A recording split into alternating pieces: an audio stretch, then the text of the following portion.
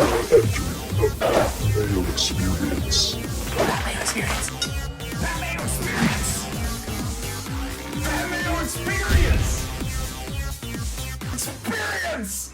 Welcome to the Pat Mayo Experience. Zozo Championship DraftKings picks and preview, maybe some bets towards the end. Always hit the time codes to figure all this shit out. If you want to get into a draw for 20 DK bucks, simple ways to do so. And yes, I said ways with a Z. Zzz. Number one, smash the like button for the episode. Leave your DraftKings handle in the comment section. Tell me your favorite play in the $6,000 range. Way number two, follow me on Instagram at, guess what, the PME. Follow along, heart one of the sports photos that goes up, leave your DraftKings handle in the comment section. Very easy way to win. So few people do it. Just like leaving the audio review, people. I know you're listening out there. I see the numbers. It takes like a legit 20 seconds. 5-star review, DraftKings handle, something nice about the show that you like. Maybe encourage some other people to watch it. Like 6 people entered it last week. Best bang for your buck to try to win one of these draws, by the way. The audio podcast review. Subscribe to that shit too and download all the episodes you even don't want to listen to. It's the best way to help the show, honest to God. That way we can do more golf content even during NFL season. To help me break this all down, because this is a new event on the schedule and I don't really know anything about it, as most people do not. Rick Gehman, what's going on, man?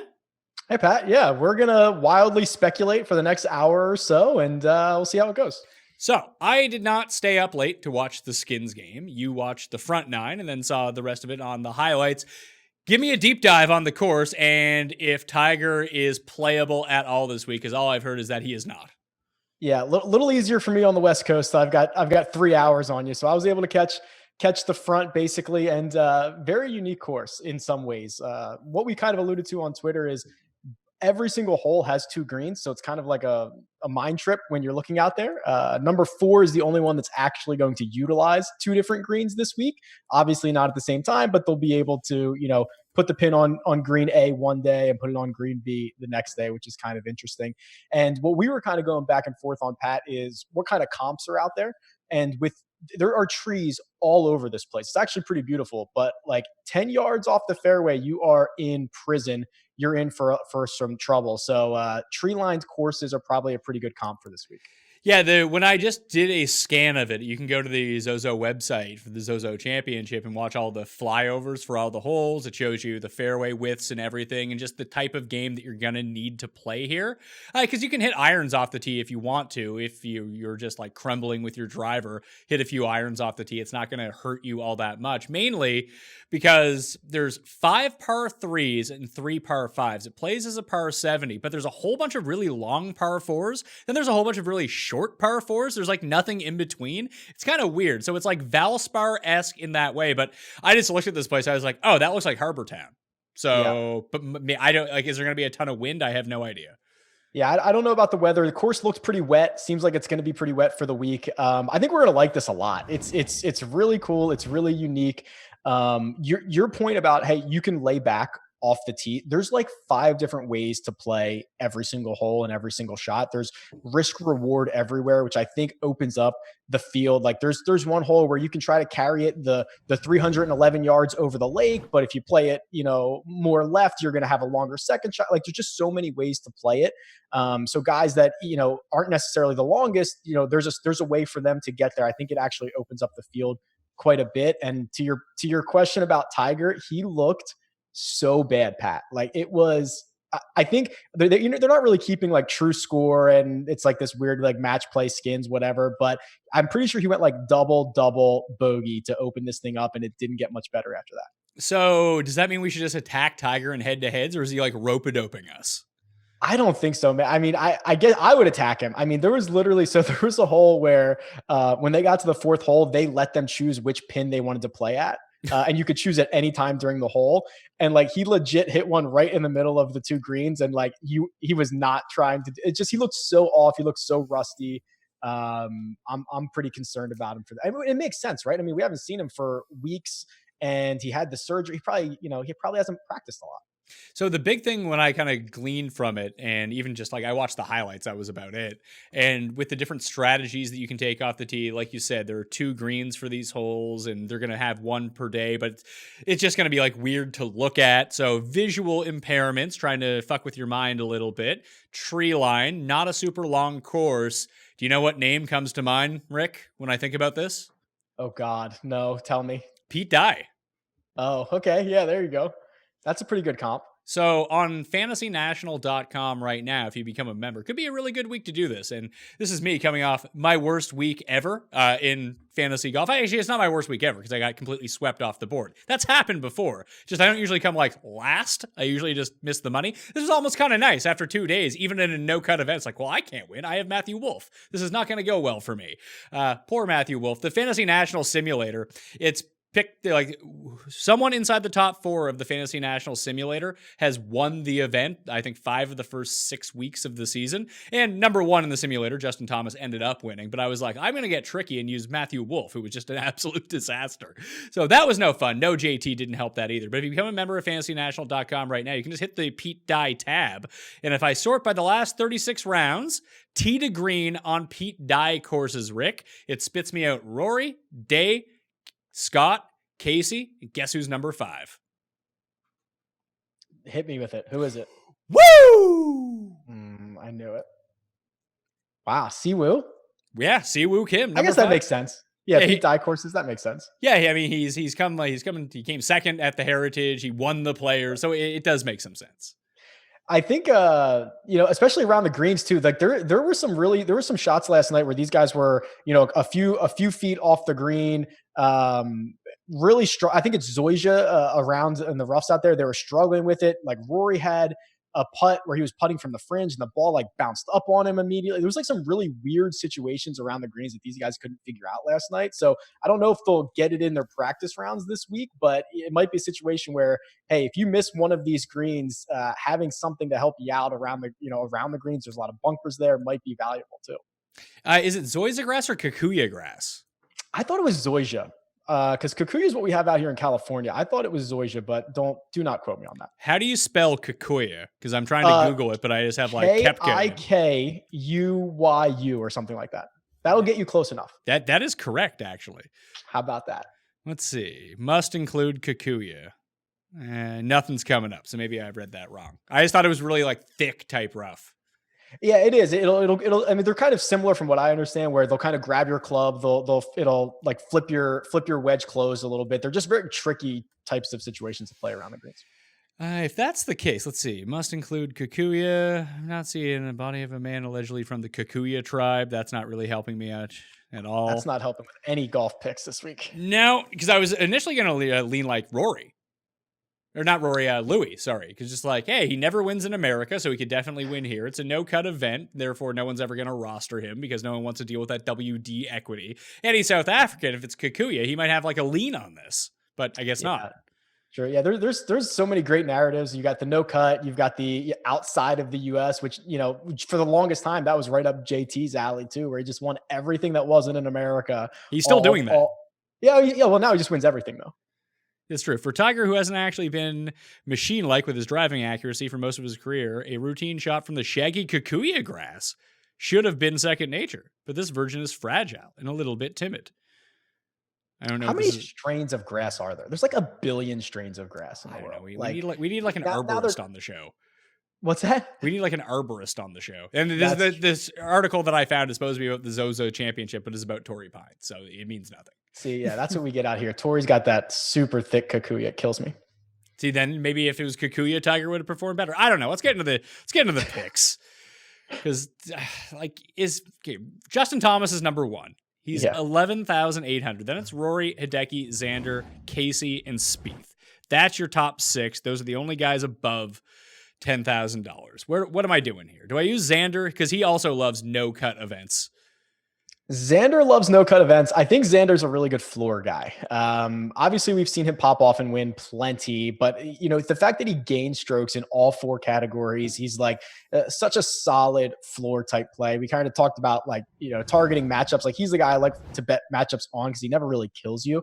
I sometimes I look. This is his first start of the season. I like to look back and see what his other previous first starts of the year was to see how these guys kind of prepare. He's a little bit of a mixed bag, so that didn't help at all. I like Xander. I prefer, I wish he wasn't 10,001. I wish he was a little bit cheaper, but Paul Casey seems to fit this like ideally, right? I mean, we know that he can't putt. but really, elite ball striker. He's going to hit plenty of fairways. He's played a lot. I like the guys that have played since the Tour Championship. He's been running around the Euro Tour, raising trophies. So he's probably, obviously, I think JT's number one, but like Paul Casey in that range as well is super exciting. We have bent grass this week for the greens, or at least that's how it's currently listed. We'll see if that changes, if someone like kicks up a fuss. I'm like, oh, here's what it actually is. But right now, if we go on bent, Xander, a superior putter on bent grass. Paul Casey's actually like a good putter on bent grass. And I've seen that a lot of these greens have like, they're huge. They have wild undulations. They look like they might be a bit speedy as well. Casey tends to play like all right on Pete Dye tracks, and if I hear bent grass, wildly undulating, fast, and giant, I kind of think Augusta. And Paul Casey actually putts well at Augusta. He certainly does. And you're right. They mentioned it a couple of times last night. These are both greens on each hole are bent grass, which apparently is unusual to have both greens being the same thing. But yeah, I mean, Casey kind of fits the mold. I would have liked him a little bit better, like down in Woodland's price, but now we're just kind of splitting hairs for a few hundred, but I think he sets up great. Yeah, I like Casey as well. So with Xander, he's won 4 times on tour. 3 of them are no-cut events.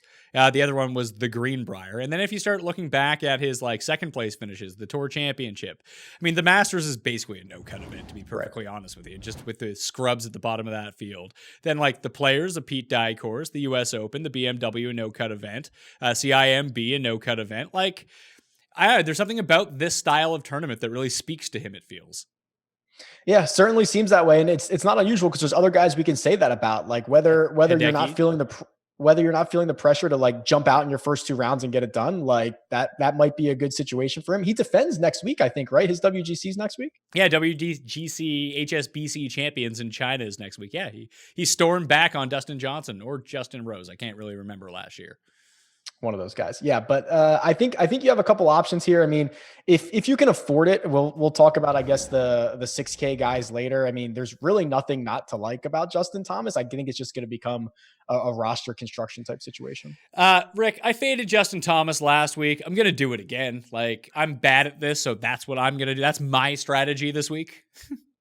Yeah, I mean, he's only got 2 wins in his last 4 starts. He hasn't disappointed anyone in like 6 months. He's, basically over the last 3 years. I mean, you could argue, okay, this is a pretty hot take, Pat. You could argue over the last 3 years when he plays, Justin Thomas is like the best golfer on the planet. And he was the money leader like 3 years ago. He was the money leader 2 years ago, and he probably could have been in contention for it last year if he wasn't an idiot and wrapped his club around the tree at the Honda. So like he is legit unbelievably good, and now he's finally being priced like it.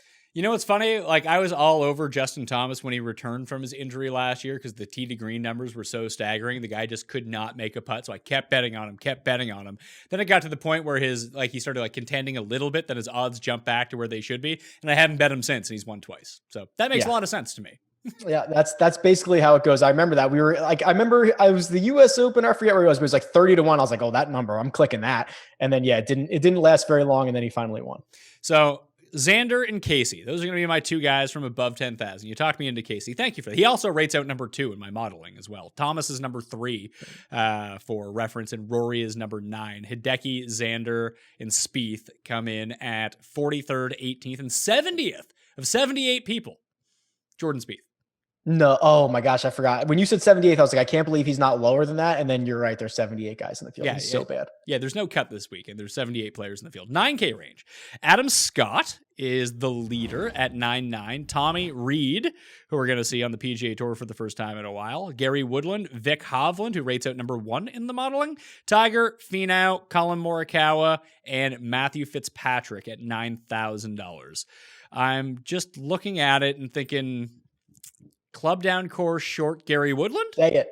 Yeah, baby. Gary Woodland. Yeah, this is perfect. I mean, he is like, I don't want to call him a poor man's Paul Casey, but it's like when you line up their stats, they're very, very similar, where they're both going to gain on approaches. They're both going to gain off the tee. But yeah, he gets the club down. He gets to play the course however he wants it. We're starting to see signs of life from him, right? I mean, after he won his first major, we've seen this a couple times where guys are like, oh, throw up their hands and not really worry about golf for a while. But finally gets it going last week. We're seeing signs of life from from him. And yeah, this is the type of situation that you'd want to play him in. I'm super stoked to play him at 9,500. He might be not where I start my lineups here, Pat, but like the guy that I might plug in first to a core or something like that could very easily be Gary Woodland.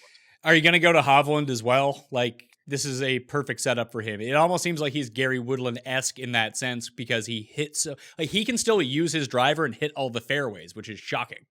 Yeah, he's also unbelievable. I do like Victor quite a bit. I also like him. So the tour is growing so rapidly. We're getting what feels like a lot more tournaments that we don't have any course history or tournament history on. Even last week, we only had 2 years. This week, we've got none. That really levels the playing field as far as course knowledge, right? For Victor, he walks in every week and he hasn't played a course on the PGA Tour. So he's already kind of behind the 8 ball on that aspect. This levels the playing field. Like Hideki's probably the only guy in the field. And then the 3 other guys who played 18 holes last night have probably ever seen this course before. So it might help him out, level the playing field a little bit. I think that's a really good situation to go get him and some of these other young guys as well. So I expect Woodland and Hovland to both be incredibly popular along with Justin Thomas. Is there anyone else in this 9K range that you can see yourself going to? Like Fleetwood had a nice Sunday at the CJ Cup. Maybe he can rebound. Matthew Fitzpatrick seems kind of tailored to this. Morikawa was really in that tournament. I mean, behind Justin Thomas and Danny Lee until he kind of gagged on Sunday. And then there's Finau, who everyone always likes Finau.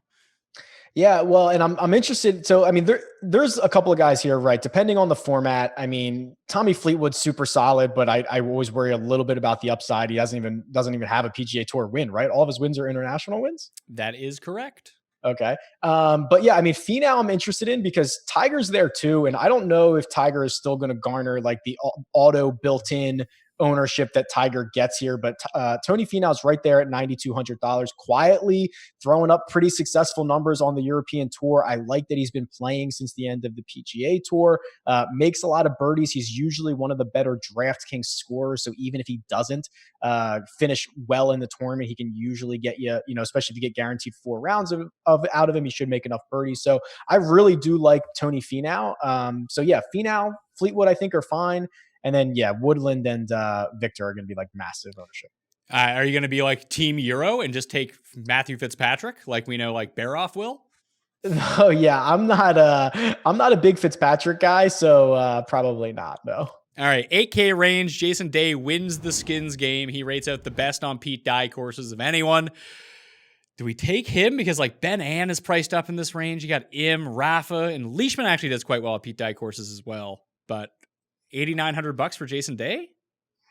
I'm slightly in on Jason Day. And I, like last week, I was super concerned about it. I don't know if we talked about this, Pat, but like Jason Day had a real crap year last year. And like Jordan Spieth provided him a lot of cover for that because Spieth kind of took all the heat and Jason Day kind of got away with it.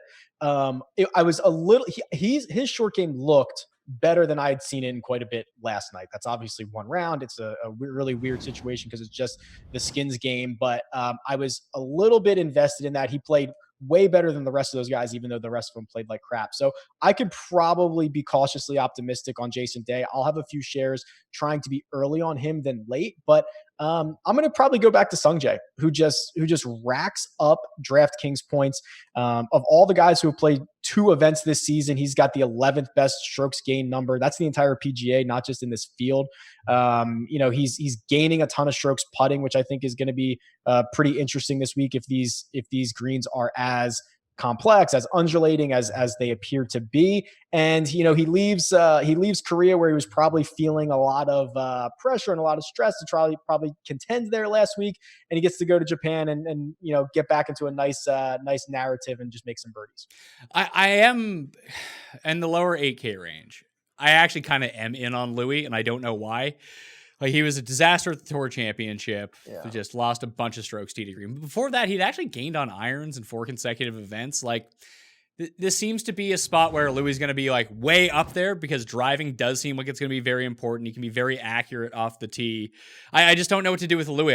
I know he's not going to be popular because he never is. But if you go back and look at his finishes, like the Tour Championship, there's only 30 people. He came 21st. But previous to that, 11th, 6th, 20th, 36th, 7th. Like, it's pretty good. Yeah, he's been okay. You always get him at what, 5% ownership or whatever. Has he played at all on the Euro Tour since the Tour Championship? I cannot confirm that as of this moment, but I will be able to. Okay. Well, while you do that, let me throw another. I'll throw this out here. I already bet Adam had one. Okay, that was the guy we were going to go to, right? Because he seems to be the exact profile of someone that would find success here. He's only got 8 rounds this season, but he's got the best strokes gained total number on the tour. 2 finishes, 2nd and 4th. He's going to putt well enough, but he's very accurate off the tee. Here's a fun fact for you, Pat. Oh, by the way, I've got like 5 fun facts. I wish we worked those in later. Led the field in greens in regulation both weeks that he has played this year, which is a pretty rare feat to accomplish. So he's obviously hitting a ton of greens and giving himself a chance. Louis has not played since the Tour Championship, so he's well rested. So hopefully his neck is okay. I don't know if his bed travels with him to Japan. I cannot confirm that, but if it doesn't, maybe he's apt to withdraw here. But yeah, Hadwin's my favorite play in the $8,000 range. I'm not sure it's even that close, especially because he's at the bottom of it. Like when you factor in pricing and everything else, his recent form is absolutely stellar. This should be a course that fits him. Like he's pretty easily my favorite play in this range. Benny On, I think, is interesting, but yeah, I mean, I'll probably stick with those guys. Hadwin, I'll get a little bit on Jason Day. I'll go back to Sung Jae, who can make a bunch of birdies. And then if I have anything left over there, Benny On's always interesting if he can sink a few putts. Some more fun Adam Hadwin facts.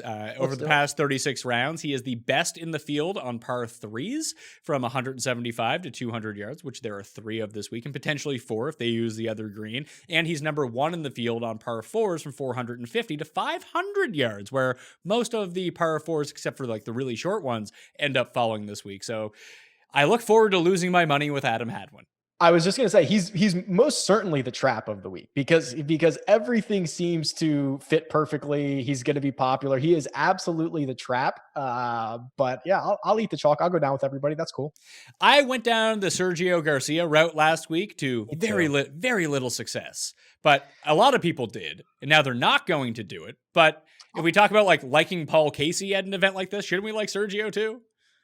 I guess. Who was on last week? Ben? Was it Ben that was talking up Sergio that I was like, oh, Ben, he's a smart guy. I like Sergio. That was me. I love Sergio last week. Yeah, I went down on that too. I mean, there's I don't know what your risk tolerance is. You're going to double down on fading Justin Thomas. Maybe you should just double down on going like I bet you I would love to just play like the same lineup week to week and see when it finally hits. Cause I swear I'm either a week early or a week late on everybody, but I guess I'd have to endorse a little bit of Sergio considering I liked him last week and I don't want to preach that 1 week changes everything, but I don't know. There's other guys here I'll probably end up on. Yeah, well, going into the $7,000 range, we have Kevin Kisner at $7,600. If I had to pick a winner, he's my pick. Love Kevin Kisner. We're making this really easy. I'm scrolling down to my notes here. So he is progressively, we haven't seen him since the Tour Championship, but from the Open Championship last year, his results got progressively better. 30th, 27th, 12th, and then 2 9th place finishes to end the season. Deadly accurate off the tees. He putts great. We know that. And if we want to use Harbor Town as a comp course, He's got 3. What's that? Oh yeah, let's use Harbor Town as a comp course because this argument might fall apart if we don't do that. Right? Yeah, we're in big trouble if we don't. So I gotta shoehorn this in here. He's got 3 top 10s there as well in the last handful of years. So yeah, I'm probably all in on Kevin Kisner. Yeah, 2nd place finish at the Players Championship as well. He won a WGC at TPC Austin, another Pete Dye course that. I think you have to pick a lane here this week that, however, we're not going to know how it plays until after it's done. Even then, we only have a year sample. Maybe something could change year after year, like we saw at the CJ Cup. 1 year, the wind is up. The next 2 years, it's not. Completely different style of tournament.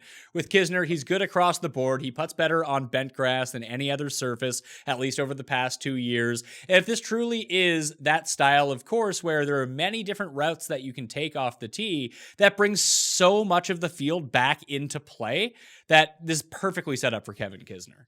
Yeah, completely agree.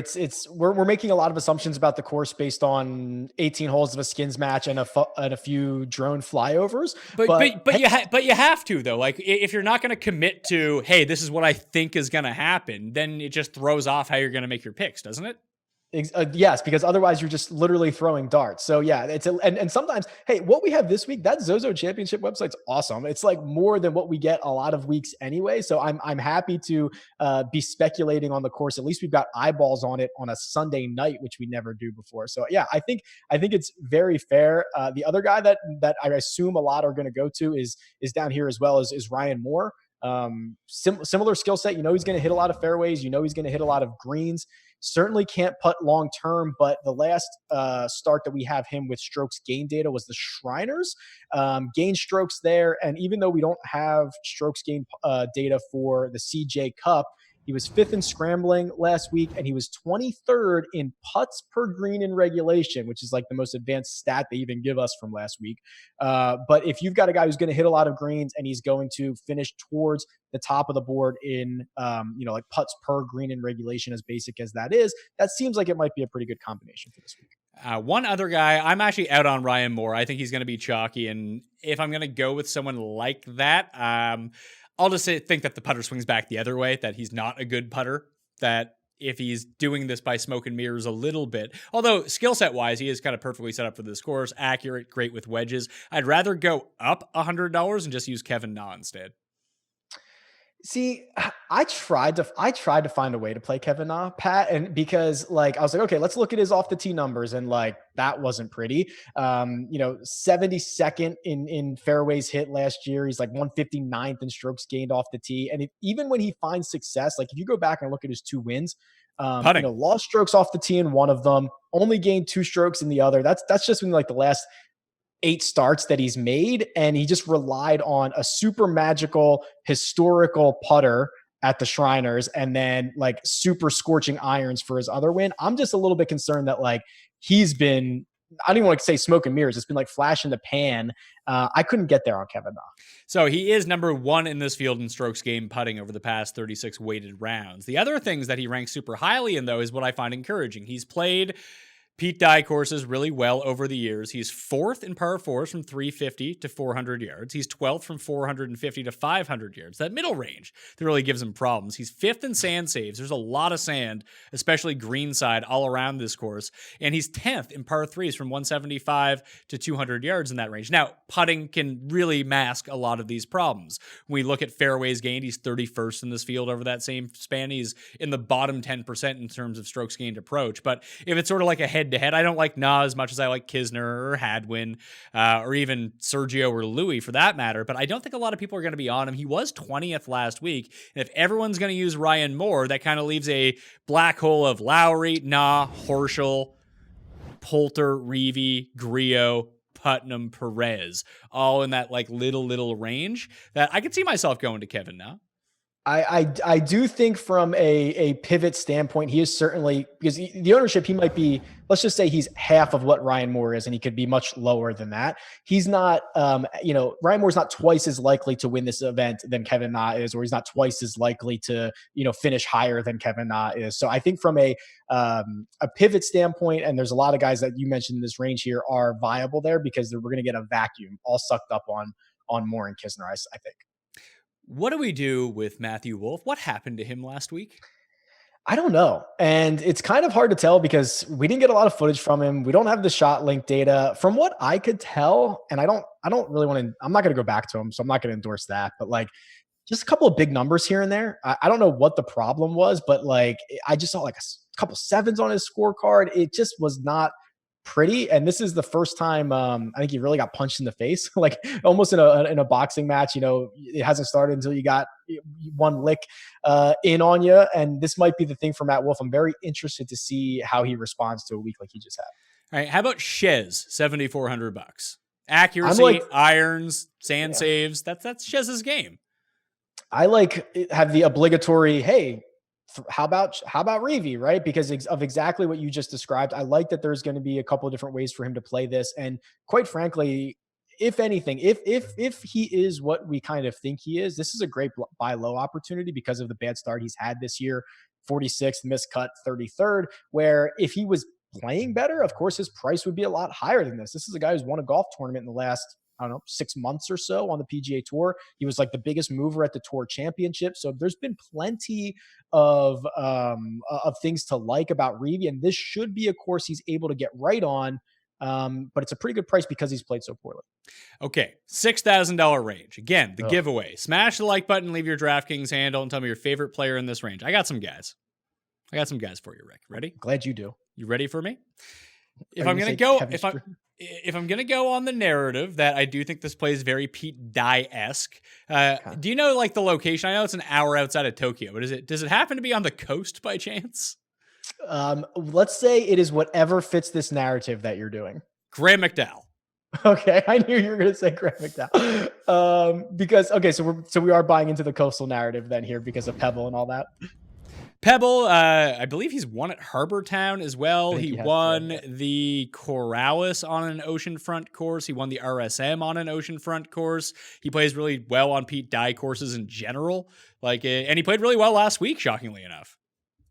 Yeah, this is one of the few weeks where I really am kind of interested in putters because of what we saw on last night, and the feedback that we got from these guys were like, oh my, like every 3-footer has got 6 inches of break in it at least.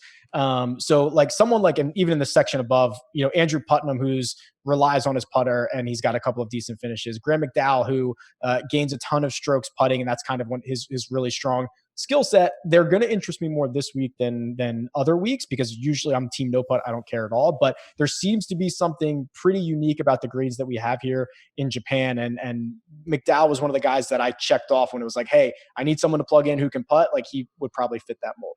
If that's the case, should we be looking more at Billy Horschel then? And Billy Horschel's played all right around the world recently, hasn't he? Yeah. I don't know actually when he came last week. I gave up on that tournament so quickly. He was 64th last week, so not good, but he is a good putter historically. I've got Google Maps up. This course looks at least a few hundred kilometers. However far that is, Pat, from the ocean. Yeah, it looks like it's about an hour from the ocean. Okay, there we go. I'll probably still use Graham McDowell anyway. Oh yeah, I mean we didn't need the coastal would have just been like the cherry on top. We didn't need that. We could have found another way to get there. So I got McDowell. I was looking at JT Poston a little bit, and I was looking at Damon as well. Damon had a horrendous round one, but actually kind of rallied a little bit. Had a very very fine performance on Sunday. Ended up shooting a 3 under. But Damon had a really bad Shriners. But before that, win 59th, 16th, 11th. Like that's not bad. Yeah, you know what? I meant to pull up, especially like no cut events. I meant to pull up just like the strokes, or I guess we didn't have strokes game, but like the stats from like the weekend to see who shot well on the weekend, even if they were out of it. And I thought I remember seeing, exactly what you just described, which is Damon had a really poor first round and kind of got it together after that. But I guess he's probably gonna be pretty popular. I don't know. Kevin Streelman, coming off a pretty decent finish. I think he had a 12th last week. He's a decent ball striker. Got any thoughts on that? I'm usually just out on Kevin Streelman unless people are out. Like anytime Kevin Streelman gets too chalky, I tend to just go the other direction. That's probably fair. How about a Heritage winner, right? CT Pans at 62. Hasn't done anything recently. CT Pans there. Si Woo Kim's at $6,500. Yeah, there's a couple guys. What's Keith Mitchell's green of choice? Bermuda? Yeah, yes. Bermuda grass, play Keith Mitchell. Not POA, even you can probably sneak it by. Bent grass, not so much at time. Yeah, I mean, there's a couple guys down here that have played well. I mean, man, you'd have to be pretty like this. There's going to be a week where Keegan finally snaps off. I don't think it's this one, but great ball striker. Wyndham Clark played well last week. He's a good putter, good around the greens. Can't do much else though. No, Vaughn Taylor is also someone that just rates out really well for me this week. I think it's because he's such a prolific par 3 player. But if you put 5 of them on the course, like I don't know how predictive par 3 stats actually are. They're probably not. But it's just interesting to see, like even over the past 3 years, he just constantly rates out well on par 3s. I mean, if they're that sticky, there's probably something to them if the same guys are always up there. But I feel like they're just like iron stats too. Like, isn't that the same thing? They're all hitting like the same irons off of them. Yeah, like, and just looking back at his Pete Dye success, let's see here. He was 4th at Travelers, missed the cut at Hale. Just look at Heritage. Let's look at RBC Heritage Vaughn Taylor. RBC. He's made at least 12 of his last 13 cuts. Not that there's one here, but bad at Heritage over the years. All right, sorry, Vaughn Taylor. If I'm gonna do this. I guess I can't include you. You know who is a Heritage winner at $6,000 that I have bet at 400 to 1? That's your guy. My guy, Satoshi Kodaira. Yeah. Going back to him to see if he can win you all the money. What's he done recently? Let's see. Miscut. He was 23rd last week in Japan. Oh, sorry. I didn't pull the Japan stats over yet. In his past 5 starts overall, 23rd, miscut, 19th and 24th. Guy's great. Oh man. Okay, so I looked this up because I was curious about when Sung Jae won the Korean event like 2 weeks ago. Yeah. And what that would basically be worth. So if you like plug that into the official world golf rankings, it's basically worth a T7 at the Waste Management is like the closest I could find. So I was like, oh, okay. Like I would take a T7 at the Waste Management. That would be a really good result. All right. So here are some guys coming in with good form. Okay. You ready for these guys? I'm as ready as I'll ever be. Chan Kim won last week. And before that, 26th, 19th, miscut, 2nd, 4th, 3rd. That's Chan Kim, $6,300. American, by the way. We also have, let's see, what's this guy's name? Oh, yeah, Sun Soo Han, who we may remember from like the crossover events in the European Tour. Missed the cut last week, but before that, had 3 top 10 finishes in his past 6 starts. My guy, Ryo Ishikawa. Yep. Here are his past finishes. 12th, 26th, 47th, 3rd, 6th, 5th, 13th, 1st. Ryo Ishikawa. He was supposed to be what Hideki is now. Yeah. Oh my God. The hype was so big. He's a sponsors exemption this week. He was, yeah, the hype was real. And then Hideki finally lived up to it. Now I was going to like roast you and make fun of you about these guys that you always find down here. But who was that guy from the Houston Open? Braden Bailey or whatever. He had a pretty good week. Yeah. I loved him. Yeah, he was great. He was min price. He led the field in strokes gained approach somehow, and he lost like 38 strokes on the greens. It was, as someone who had a top 20 bet on him as well, it was like embarrassing how poorly he was putting. Oh God. So you might be onto something here. So remind me. So Chan Kim, okay, he's on your list. Rio's on your list, and who was the third guy? Sean Norris. I should probably look up, besides Kodaira, of course. I got to figure out what tour that Sean Norris actually plays on. I assume Sean Norris sounds like a guy who plays on like the South African tour or something. No, Japanese tour. Yeah, past 3 starts on the Japanese tour for Sean Norris. 2nd, 26th, 1st, then 10th, 9th, 2nd. It's pretty good. Wow, these guys are tearing up the Japanese tour, man. He is from South Africa, though. Nice. That's good knowledge by you, Pat, or at least good guesstimation. Also, 96th in the world rankings. I'm actually surprised to hear that because usually he must play a lot and rack up a bunch of finishes over there. That's like Scotty Scheffler's like 93rd. So it's like same thing, same guy. Yeah, so this guy's basically on like the minor league version of the web.com tour. He's also 125 to 1 in this field. And for like, argument's sake, Adam Long is 250 to 1. Max Hama is 400 to 1. The other guys that he's priced around are like 500 to 1. So Vegas knows something. Let's go. Let's go with my guy, Sean Norris. All right, that's not bad. He could get you even if you're going to avoid him, he could get you JT, or you could go down to Rory or anybody else up there at the top. Yeah, or he could get us, let's see, Xander, Casey, Woodland, Sean Norris, Hadwin, and Kisner. Boom, there's the winning lineup. Boom. That's going to be duped 300 times now. No one's going to split it. Listen, after everyone used my picks last week, no one is using Sean Norris, trust me. Except for me. And maybe you. Maybe I can talk you into Sean Norris. Well, I play enough lineups. I could probably get him in some. I might even like scale it back to 10. I played 20 last week and it was such a fucking disaster, man. It was so bad.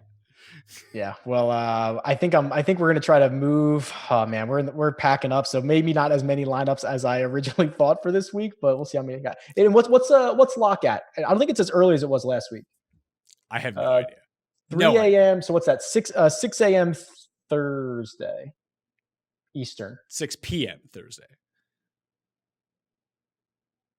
Sure. Well, it wouldn't be 6 a.m. Thursday. That's when contest goes live 10:24, 3 a.m. That's 3 a.m. Pacific.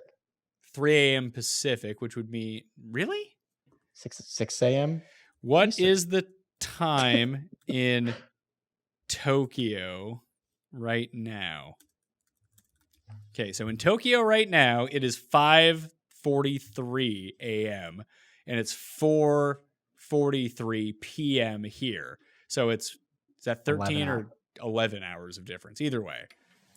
Yeah. Yes, sir. Paul, you have an answer? Well, it says 6 a.m. for our time, which I think is just normal golf. So I don't think that the DraftKings knows the time yet. Yeah, that's my guess. DraftKings always listed at 6 a.m. Eastern, just before they like actually know what's going on.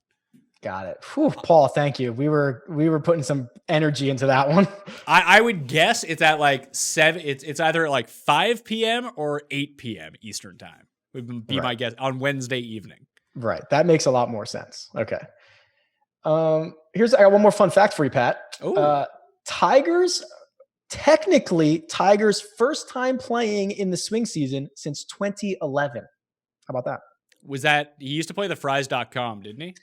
Yes, but there was one year in 2012. I think it was that event. It was not technically like a sanctioned PGA official event yet, so it didn't count in this one. So it was the year before, apparently.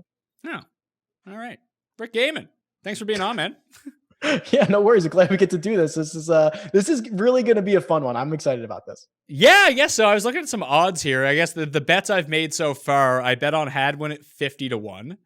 I bet on Kisner at 66-1. See, woo, Kim at 125-1, and Kadira at 400-1. Wow, that's pretty deep. I'm also in on Hadwin. I'm looking at my notebook here. And I bet Casey and Kisner, 25 and 60. That's where I'm at right now, and we'll see where we go.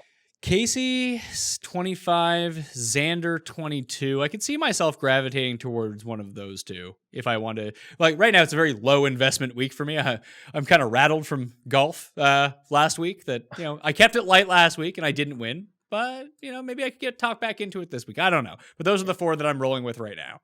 And to be quite honest, I mean, as far as outrights go, usually like studs and bigger names win no cut events. So I kind of take it where like here's the guys I like, and then get them in matchups, try to get them in some of those groups or top 5s or top 10s or something like that. Yeah, it might be top 10s, top 20s. Like I know the market isn't great for top 20s in a 78 person event, but you can find some real value down the list. Maybe Sean Norris or Kadira. I was just going to say Sean Norris probably pays out 5 or 6-1 there. Nah, he probably doesn't because his odds are actually quite short. Oh, that's right. Because Vegas knows. Everybody else does down there. Who's that other guy that I like? Chan Kim? Kim. He's also 125-1. These guys have the same odds as Abraham Answer and Bubba Watson. That is shocking to me. I mean, I guess it's not because they're probably much more well-known on the Japanese tour and just never come across our desks. But yeah, they're being played as in Vegas as normal tour pros. All right. That'll do it on the sign. Yeah, it's good. What do you got going on this week for golf? Lots of videos. Videos for DFS will be out shortly. DFS preview. Then I'll do a betting preview. I've got a show on Sports Grid on Tuesday nights for a full betting preview. So a lot of stuff going on over here. All right. You follow Rick on Twitter are you at Rick Run Good now, right? At Rick Run Good, you got it. Yeah, you get me very confused with this. When you change your Twitter handle, it's very confusing. But at Rick Run Good on Twitter, follow Rick Faux Show. You can also follow me at the PME. I told you about the giveaways. I told you about what time the Zozo Championship may or may not start. I gave you terrible picks. The cheat sheet will be up on Tuesday on DKPlaybook.com. The betting cheat sheet on Wednesday on my Facebook page, facebook.com/thepme. That'll do it. Enjoy some primetime golf. I'll see you next time. Mayo experience! Experience!